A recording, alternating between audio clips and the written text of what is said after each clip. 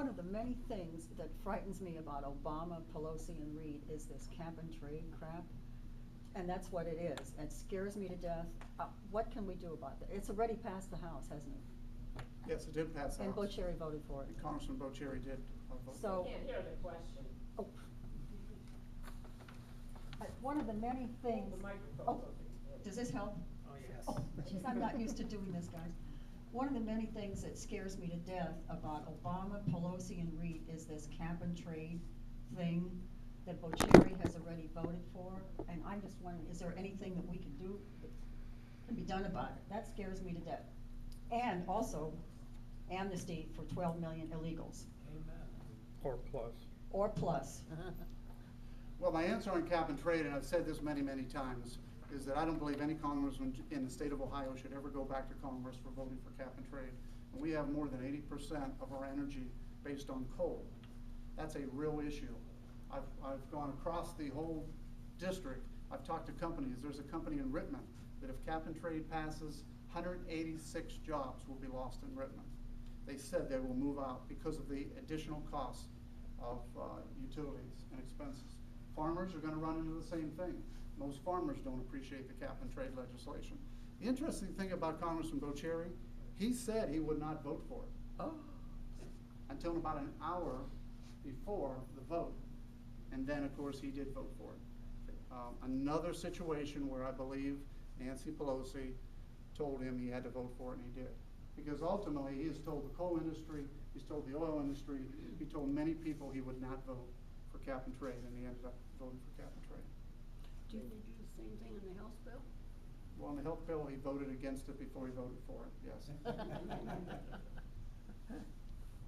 Do you think that the Senate will approve the cap and trade if they get a lame duck session? Well, there is, I don't know that answer. I mean, the Senate will have to make those decisions. I know that today I learned that Harry Reid has called for the Senate to come back after the November elections.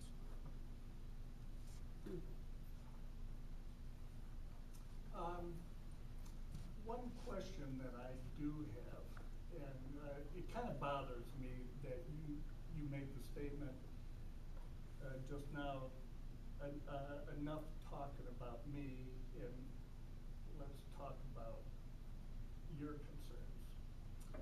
And I'd like to know what kind of core person you are. You know, because a lot of things that we do in life, we make decisions by virtue of how we were brought up, whether we're a moral or ethical person. And not knowing anything about you, believe me, I'd like to know, are you a religious man? I mean, do you go to church?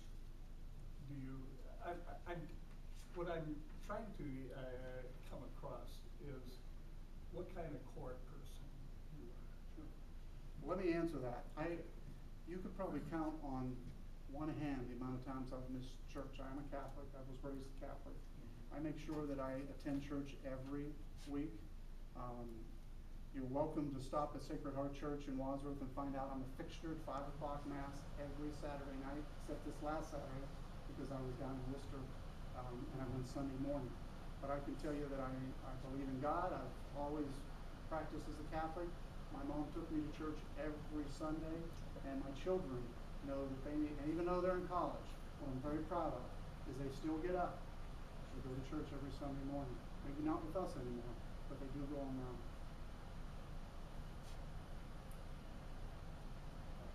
Just because you're Catholic, we won't hold that against you.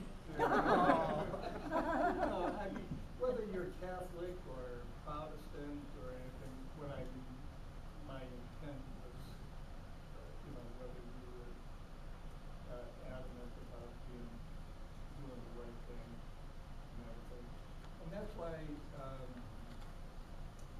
it bothers me being a Catholic myself. there's a lot of Catholics that are, even against Obamacare. But they, negate what the Catholic religion, express in one of the 8 Beatitudes. And what is one of the 8 Beatitudes? Take care of the sick. And the underprivileged. And, I'm having a hard time wrapping my mind around those issues. And how would you vote? If there was, anything on the floor, how would you vote? Would you vote what your constituents want, or what you personally believe? The answer to that is that you're elected by your constituents to vote, you know, the will of your constituents. So I will. Is that a new concept? Well, see, because I don't believe you would always do that, or any politician would actually vote, for what your constituents, would really want. Here's what you can learn about Jim Renacci. I was the mayor of the city of Wadsworth. What you'll find out in the city of Wadsworth, that the residents there knew where I stood. They understood where I was coming from. And quite frankly, if I disagreed with them, I would tell them, here are the reasons, now tell me why we should do something different. Because when I went into that office, I always believed I need to do what's in the best interest of the city of Wadsworth. Just like we should do here as a congressman, you should always do what's in the best interest of the professional business.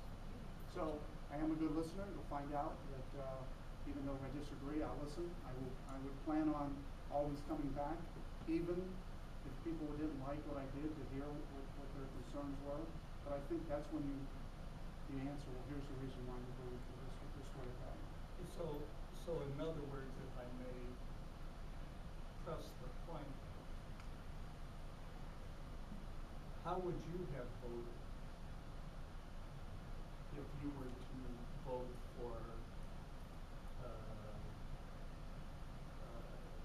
the health care that Obama presented?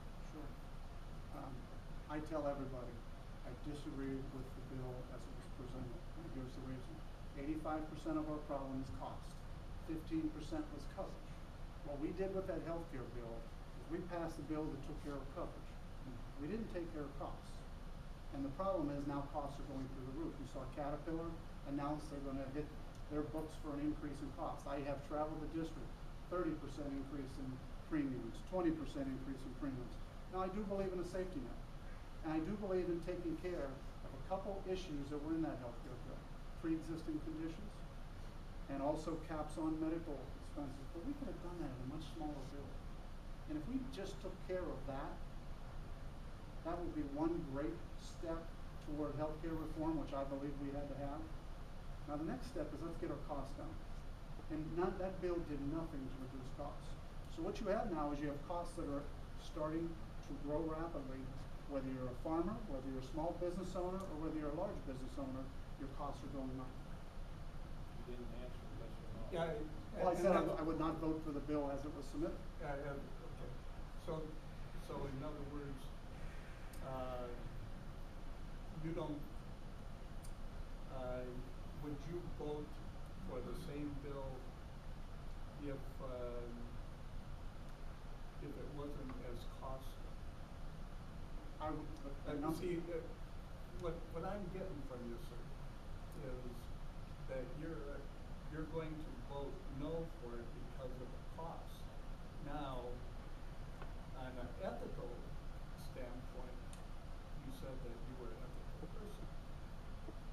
Now you're saying, well, there's a price for being an ethical person. You know what I'm saying? well, I know what you're saying, but I really believe when you take a 2,000-page bill, if I agree with 2 pages of that 2,000-page bill, that's what I agree with. If I don't agree with 1,998 pages, I'm not going to approve a bill that 99% of it I don't agree with. What I think should have happened is we should have taken care of those issues. I don't think you can blanket, see, what I would never do, and I would tell you this up front, if there was another 2,000-page bill and 99% of it was costly and had those problems and had all those issues, but there was 1% that had an ethical issue like you're talking about, I still think the bill's wrong. You can't pass something unless, I mean, let's make the bill better. Let's make that bill better.